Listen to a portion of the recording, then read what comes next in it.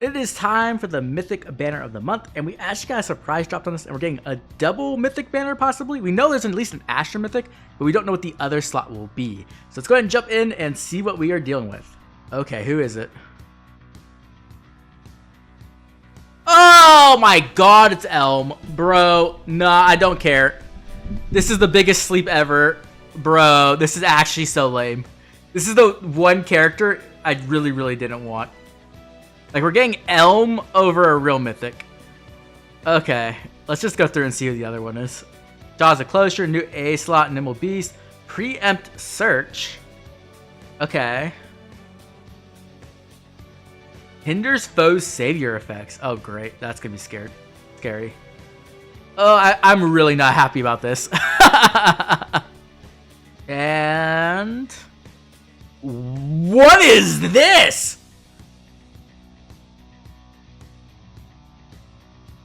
I'm so confused right now. It's Marth and Sheeta as a duo? It's actually a new hero type? Wait, I'm so confused. The Fire Emblem as a special. What is... I'm so confused right now. Wait, what? Shield of... So we're getting some kind of a new... Are they a Mythic? What are they? Okay, with the reaction out of the way, let's talk about both Duo Marth and Elm. We're going to start with Duo Marth because he is the unit that tilts me the least and I can get through him quickly. Okay, so Duo Marth, as a unit, I do think it's kind of scary to set the precedent of having Marth once again leading a duo unit. I know that this is most likely for the 35th anniversary and just a way to celebrate that. But as it does set a precedent, I could see this happening for future games, and it kind of makes me scared that we're going to just get like another cycle of, let's say, the Lords over and over again, which I'm not the biggest fan of. It's not the biggest deal, but it's just something to be concerned about and something to take note of now.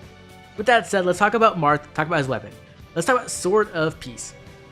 So this does slaying, it has your stats, it has your 50% DR shred, it has true damage based off the highest total bonuses on either Marth himself or an ally within 3 spaces. Then you're also going to get flat DR, which is half of the highest total bonuses, and then another half of the highest total flat bonuses as flat damage reduction, whatever the special proc. So it's like your standard stuff we see in literally every weapon essentially, right? You get DR shredding and you get 10 HP healing after combat. Nothing here is like actually crazy. It's all pretty normal things that we've seen on almost every unit nowadays. He does offer some nice support though. He also gives some allies within 3 spaces. He gives attack SP plus 5, special jump of 1, and another 10 HP heal after combat. So not bad support, definitely. Special jump is very good, but we do have a lot of it out there. There's nothing here that's like screaming crazy broken, right? But it is pretty solid. Now, things get a lot more crazy when we talk about the Fire Emblem, right? So, not only have we had Fire Emblem, the special, or Shining Fire Emblem, we now have the Fire Emblem, the final evolution of the special, I guess. This boosts damage by 40% of your speed, and then you're also going to get 40% damage reduction versus the foe's attacks at max power. It's going to be based off the allies who have the Fire Emblem bonus effect on them times 10. So, you need at least 4 units, including Marth, with that effect to get the full damage reduction, but it is against all attacks. It's not just the first attack, so that is notable. And then you also get distant counter as well. But then also Marth gives out some support to allies within 2 spaces. He's giving out the Fire Emblem new bonus, no panic, and then a visible +7 to all stats, right? So there's that. What that actually does for Fire Emblem is it gives out essentially like a bonus doubler 4 effect. It doesn't give the extra stats, but it does like give you bonus doubler, and it also is counting the allies within 2 spaces, so you can get around like some dull effects, right? You're also going to get 10 flat damage reduction against the foe's first attack, and also it neutralizes effective damage versus all movement types. So this won't work against like, let's say, dragons or beasts, but let's say if you have an effective against armor weapons or cavalry weapons, this will neutralize that, which is a pretty powerful effect. I think currently in the meta, it's not like crazy broken. It's really Micaiah who is relying on that. But in the future, if that does become a prominent thing in the meta, Marth will essentially offer a counter to that with his support. So pretty powerful special overall. But then we also get a second preference skill in the Shield of Hope B skill. We haven't seen this in quite a while. We did see this on like Marth back in the day, and then also Altina as well. So now it is here. I'm guessing once again this is just like a celebration of the 35th anniversary, and this is how they wanted to do it. So what this essentially is going to do is inflict -5 attack, speed, defense on the foe. You're also going to get full no follow-up, and then you're also going to get additional effects based off the total number of bonuses on the 3 highest bonus allies. So you're going to look at the allies with the 3 highest bonuses, and then add that all up, and then those are the effects you're going to get. So if those allies have 20 or more bonuses, you're gonna get opponent follow-up attack, which is really nice, and that is at full 100% damage. If it's 40 or higher, you're going to get Vantage, which is also really cool. And then lastly, if it's 60 or higher, you're going to get Null Counter Disrupt, plus an enemy phase Desperation effect, essentially allowing Marth to hit twice or even 3 times with potent follow-up before the foe even gets to attack you, which is pretty crazy. And then lastly, Duo Marth also comes with a new skill, SD Hold Guide. What this does is it gives allies within 2 spaces the ability to warp, so it's kind of like Guidance 5, right? And then you also get Marth's ability to warp within 2 spaces of an ally, so it's like an aerial maneuvers effect. And then you also get speed and defense -4 on foes within 3 spaces. This is a very powerful inheritable skill. The thing is that a lot of units have preference skills in their C slots, so it's not the easiest thing to fit. And it also does give, speed and defense, so it's not going to be the best on things with attack and resistance. But overall, it's a pretty powerful C skill. I can definitely see that being a lot of high value there. Okay, with all that said, what roles is Marth really trying to play? He's kind of a jack of all trades, right? He offers support, he can nuke really hard, he's also a Vantage unit, he's also kind of a tank because he has like a bit of bulk, right? He has some decent bulk there as well. So he's kind of doing everything. And when it comes to game modes, he can really fit into Arena, obviously really well because he's a duo unit. He can fit into Aether Raid's offense as let's say an Omni-Take Vantage sweeper kind of. And then the same with Summer Duels, where Summer Duels right now, Vantage is extremely powerful. We saw Brave Bernadetta come back in the last SDS in a big way because she can offer Vantage, and Vantage is really good against these nukes like Yunaka and Camilla, who really aren't like super tanky, right? But they can hit really hard. But if they don't get a chance to hit you, you can kill them first, right? So we've seen that, and because Hardy Bearing is kind of tied to saves at the moment because they need it to survive, it makes it so you can't really have a nuke with Hardy Bearing, which makes Vantage a lot better. Now, obviously, that could switch up with the meta developing in different ways, but that is something to note, and I think that is something that can allow Marth to do really well in Summer Duels. My big, things that I'm kind of nervous about when it comes to Marth is the fact that he has all these conditions that rely on him being within 2 or 3 spaces of allies, right? Like his weapon effect is based off having allies within 3 rows or 3 columns. You're giving out the buffs within 2 spaces, and then you also have the bonus doubler effect from Fire Emblem being within 2 spaces. And so this is kind of like what we have with Brave Marth, where Brave Marth could be a very powerful unit when in the correct situation. But once he wasn't in that correct situation, like something goes wrong, he just falls apart. And I think I could see that happening with Duo Marth as well, where if he doesn't have everything working just right, he could possibly be a lot more fragile or even not have the power to kill things as much as he could, right? And so I think this is a unit who's has a very high ceiling, but the floor could also be quite low as well. That's something we're gonna have to test to really see how much that actually comes into play, but that is something to be concerned about. Especially if you start to kill off his allies behind him, essentially, he starts losing ways to get those bonus counts that he needs to activate Shield of Hope and get all those effects he needs to really be powerful. But I do think this unit will be strong, and I think in the right hands he'll be a very powerful unit, but I also think he's not like a brain dead unit you can just throw out there and win, which is a good thing in my opinion. It's overall a pretty strong thing. The one thing I will say that is really negative is that if this unit is in Arena, he's going to be very toxic because he's going to essentially have Vantage sweeping in Arena. And that's something you really don't want to play against in Arena, especially when you already have all these other units who are warping on top of you. Having Marth do that is just going to be super annoying to deal with. And there's not a lot of sweep effects in the Arena, right? You have maybe Veronica, and who knows if she can even kill. And you can't run Hardy Bearing because it ruins your scoring. So I'm not really excited to see this guy in Arena or Arena Assault, but I do think he overall will be a pretty powerful unit. Okay, now let's move on to the unit that tilted me so hard I couldn't even finish recording this video, Elm. So Elm, I am not a fan of Elm. I do not like this character. I was really glad that he never got into the game, and now he's here, and he's just completely destroyed Aether Raids. Now I know many people will say Aether Raids was already dying, and you're right, but now it's dead. They took it out back and shot it with a shotgun, and Aether Raids is just dead. And I know for some people they'll be saying hey, he's only in Astra season, right? So only Anima season's dead, right? Nah, not really. We already have people who do sack plays, right? They don't really care about their scoring. They just want to get through the match. And so I would not be surprised at all to see, Elm on light season. People already do it with Lathreder, right? So it wouldn't be much of a surprise at all. And why that's the case is because of Elm's weapon, Jaws of Closure. So what this does is it has slaying, and then he has undefended built into his weapon. He can ignore saves essentially, right? He can kill units and not have to worry about your save. That's already a really powerful effect as it is. But then also after he acts, right, doesn't have to actually attack or do anything. He can literally just end turn. The closest foe within 5 spaces gets undefended on them. Now, for the people who don't know, we have had effects like this kind of before, right? Like we had Rearmed Layla who could do this at start of turn. We've had like, Bridal Emblem who can do this. The difference is that with those effects, they're at start of turn effects, and Freyr can just cleanse them. And then, so what happened is you just kind of run Freyr on every season because you need to have that, or Lyn just destroys you. But now that this is a mid-turn effect, there's literally nothing the defense team can do at all to deal with this. So essentially what this is saying is like, hey, we were already in a meta where Lyn was really strong and she kind of can just destroy most defenses really easily. And now you have Elm who can make it so that if she is struggling to kill something, she can just kill everything else around it and then like wait for like the bolt tower to go off and then kill the thing that's being annoying, right? It's so ridiculously powerful, and it just completely neuters any chance of Aether Raid's defense being a real game mode. And in doing so, it removes a level of competition from the game, and it also just destroys Aether Raids, in my opinion, completely. And Aether Raids was in a bad spot, but like, man, it's like one of the game modes I enjoy playing. I've been playing it since it came out. I've hit rank 1 for 6 years straight almost, and now it just feels like I'm having something ripped away from me. Like it just feels really bad, and so this unit is just so disgustingly toxic. And I didn't even talk about the rest of the things he does, right? So like he also, has -5 stats in a Daunt form on 3 rows and 3 columns. He gets 50% DR shredding on those units. He has true damage. He has stats. He has more true damage. He has flat DR, because of course he does.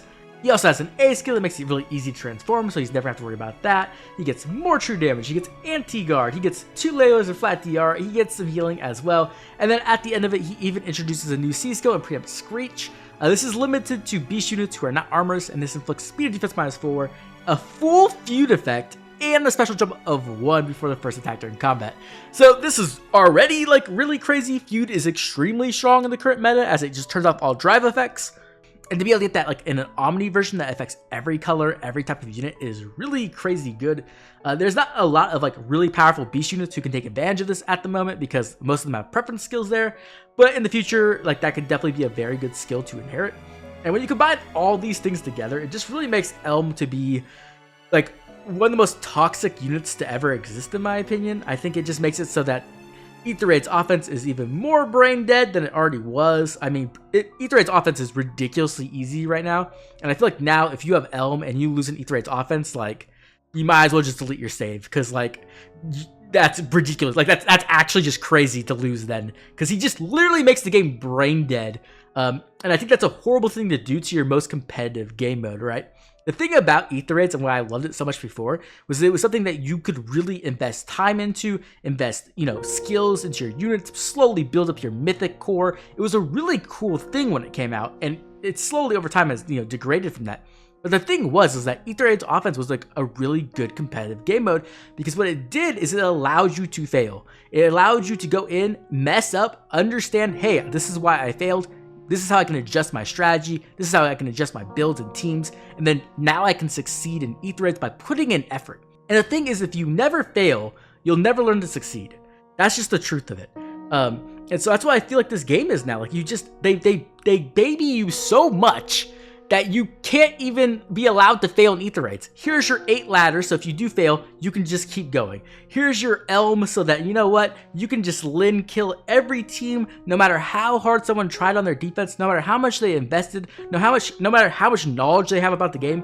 Who cares? Here's Elm. And I just absolutely am disgusted by it. I hate it so much. And that's not even talking about like what else he can do, right? Like he could be possibly used in summer duels as well. We'll have to see how good he is there, just because ending turn or doing like a swap might be okay for like undefended. I don't know. We'll have to see about that. But like for Aether Raids in particular, I just really, really hate this unit, and it just completely put me on full tilt, where I had to like have like a struggle session with like DTM and Joel and like a whole bunch of my members, and like they like had to talk me off the edge essentially, because I was just like having a moment. But yeah, and I know a lot of people are just really excited about like Duo Marth, and they don't care about Elm, and like they don't care about Aether raids, and that's fine. I mean, I don't want to like ruin your fun about Marth. Marth's great, you know, go have fun with him. And if you're a giant Elm fan, cool, good for you. But I think for a lot of us like hardcore Aether raids players, the people who like built their channels off daily Aether raids, you know, people like me, DTM, infantry pulse putting out those defense teams like every single week, right? This is just like a spit in the face essentially to us, and I can't really express that enough or like even put it properly into words how much this really just sucks. So yep, that's my rant. I'm going to be over with that. Let's move on to the rest of the banner. So at the top has to be red. Obviously red is just completely and utterly stacked. You're getting the new Duo Marth. You're getting Elm, who is a very powerful unit as much as I dislike him overall, but he is powerful, that's for sure. And then also you're getting Legendary Ira, who's also a fantastic legendary and offers potent follow-up support. And it's just a great nuke. So like overall, great combination in red. And then in second place, I'm going to have blue. Blue, once again, another really powerful unit there. You have Aether for the reinforcement slot, who's also a pretty powerful nuke who can take care of like things like the snakes, which is really nice. We also have Resfelger, who's an amazing melee nuke and offers boosting in your light score. So that's very nice as well. And great fodder too. And then lastly, we have Nell, who is like that fodder bot, right? She has all the fodder you really want for your dragons, except for like the new Dragon Flame special. And so she's gonna be fantastic there. As a unit, I'm not too high on Nell overall, but as a fodder bank, she is fantastic. Then in third place, we're gonna have Green. Green obviously isn't the best either, I would say. These are all kind of older units. Camilla has definitely fallen off as a nuke, but she does boost your scoring in Arena, which is nice. Same can be said with Legendary Male Robin, where he's really fallen off as well. Unity definitely isn't the currently strong thing in the meta, so there's that, but he does boost your Earth Arena scoring. And then lastly, you have a Mythic in the form of Aether, and Aether is overall pretty strong support unit, I would say, and she can be a decent nuke as well. So green is decent, but not great. Like, it's definitely not the color I'm going to be aiming to pull in, but if I get like a random green, I'm not going to complain. And then lastly, we have colors. Colors is just pretty terrible. I mean, honestly, Dane is by far the best unit here. She actually is a pretty powerful nuke combining warping with some nice support as well, like an empathy, which is really good, and she has some nice fodder as well. The thing is like, unless you're like going for a +10 because the Dane's your favorite character, you don't really need merges on a Dane, so like one copy is more than enough in my opinion, and she's also in the normal summoning pool, which means you might just absolutely get her, right? We also have like Eflin. He is not a great dancer, let's be real. Like, he's okay. His biggest claim to fame is that he's in FE6, and there's just not a lot of FE6 units out there.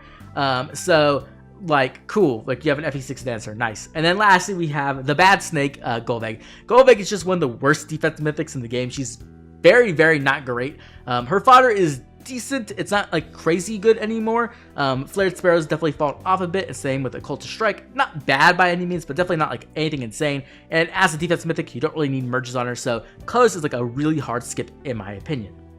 Okay, let's move on to the Astra Mythic tier list. At the top is gonna obviously be Elm. Elm is just an absolutely insane unit, especially in Aether raids. Like, I think he's just uncontested the best mythic in the game probably now, because he can just disable Aether Raid's defense. Aether Raid's defense doesn't exist, so easily number one. Number two is still going to be our snake. I mean, Nidhogger is just a really good save now. She's definitely showing a bit of age, but overall, she's really powerful. She's great in Aether raids, she's great in Summer Duels, so I'm gonna have to put her at number two. Plumeria is like one of the best Astra mythics, but really outside of Aether raids, she's nothing special, so like, I'm gonna put her at number three, but definitely one of the most valuable mythics to invest into.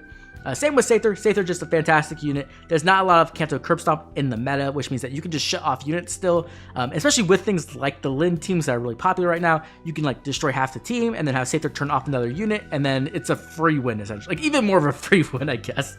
In S tier, we got Thor, Aether, and Aether. All of them are pretty strong in their own ways, either offering support or in Thor's case, you know, being a pretty cool melee nuke. She's definitely not as strong as she was like immediately post refine, but she is pretty solid. In A tier, we're going to have Ashera, Elamine, Regan, and Vale. Ashera is like a mixed role player. She can offer some support, but can also nuke pretty decently. Elamine is a very powerful mythic when Freyr doesn't exist, but like, I don't know if even Elm is enough to like completely remove Freyr, because if you don't have Freyr at all, like your team is just instantly dead. So I don't know, maybe Freyr will just disappear and then Elamine can just rise back to the top again with false start, but we'll have to wait and see. Regan's just like a decent, like, you know, pot hound essentially, just going out and getting your pots for you. And Vale is decent as well, but Scal has definitely fallen off quite a bit. And then in the bottom three, we're going to have Altina, Ratatosker, and Naga. All three of these units are definitely starting to show their age. Altina can work, but you have to put in a ton of work to get her to have enough damage to get through some of these units.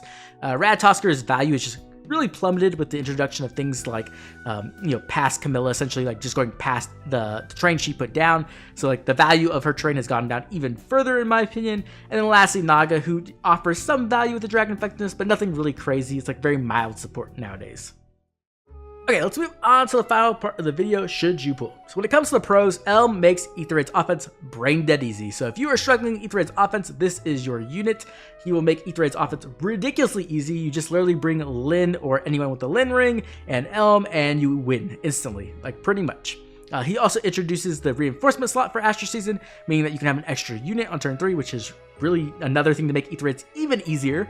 The red share is absolutely insane, so great share there. You're getting Duo Marth. Duo Marth is a very cool unit and very unique, and he gets to celebrate the 35th anniversary with that amazing art, so that's definitely something to look for there.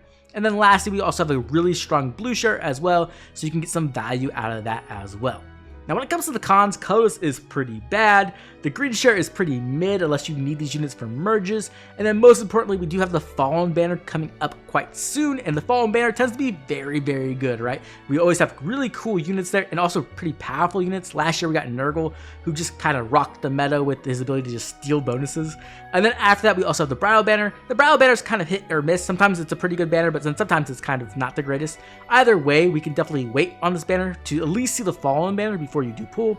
But overall, I think pulling on this banner is going to come down to what kind of player you are. If you're a very competitive Aether Raids offense player or you feel like you need the help, then definitely pull on this banner. And then also, if you just enjoy Marth, this is a great chance to pull him here, as we don't know when he will be coming back, right? He is not a typical duo unit. He's kind of like duo Ephraim back in the day, where we don't know when he's coming back. We don't know if he's going to be back on Legendary Mythic banners, or if he's just going to randomly show up during anniversaries. We just don't know. And so that's a bit of a scary thing. Like, I don't want to like FOMO anyone into pulling, but if you do want Marth, this might be your, I don't want to say it's your only chance, but this might be one of your biggest chances to get him, so consider that as well. But as always, wait, see what is coming up before you do your pulls, and then make an informed decision. With that said, I'd love to hear from you. What do you think of this banner? What do you think of Marth and his 35th anniversary duo version? What do you think of Elm? Do you think he has destroyed Aether Raids like I do? I'd love to hear about it, so make sure to drop a comment down below. As always, I'd like to thank all my members for their constant support, and if you enjoyed the video, like and subscribe. This has been Oblivion. I'll catch y'all later with more Fire Emblem Heroes.